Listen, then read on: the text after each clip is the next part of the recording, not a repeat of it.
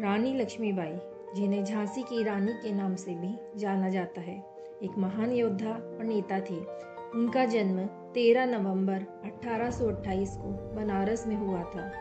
झांसी के समीप एक छोटे से गांव में जन्म लेने वाली झलकारी बाई जब छोटी थी तभी उनकी माता का देहांत हो गया।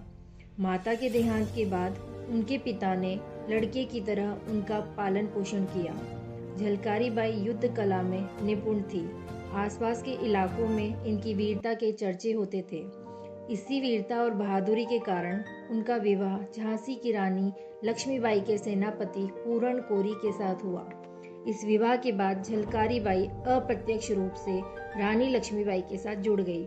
गौरी पूजा के समय राज्य की सभी महिलाएं रानी लक्ष्मीबाई से मिलने उनके महल पहुंची। झलकारी बाई भी उनमें से एक थी। झलकारी बाई को देखकर रानी लक्ष्मीबाई आश्चर्य में पड़ गई, क्योंकि दोनों की शक्ल एक दूसरे से काफी हद तक मिलती थी। रानी लक्ष्मीबाई ने भी झलकारी बाई की बहादुरी के किस्से सुन रखे थे। इसी को ध्यान में रखते हुए उन्होंने झलकारी बाई को सेना की एक टुकड़ी में शामिल कर लिया और मुख्य पद दिया।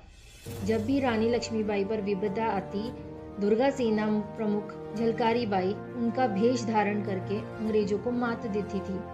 अंग्रेजों के खिलाफ लड़ी गई 1857 की क्रांति में झलकारी बाई ने रानी लक्ष्मीबाई का बहुत साथ दिया था।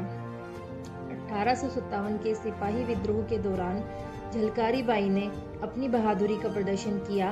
वह रानी लक्ष्मीबाई के साथ लड़ी और कई अंग्रेजी सेना को हराया। झलकारी बाई ने 1857 के सिपाही विद्रोह में अपनी जान गंवा दी। वह रानी लक्ष्मीबाई के साथ लड़ते हुए शहीद हो गई।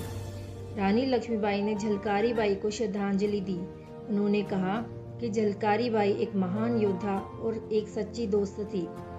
हरित द्वारा लिखित कुछ लाइनें झलकारी बाई के जीवन के संबंध में बहुत कुछ बयां करती है, जो निम्नलिखित है।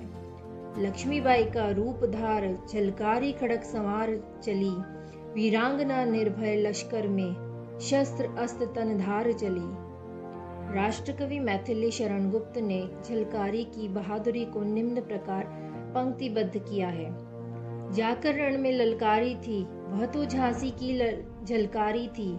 गौरों से लड़ना सिखा गई है, इतिहास में झलक रही, वह भारत की ही नारी थी।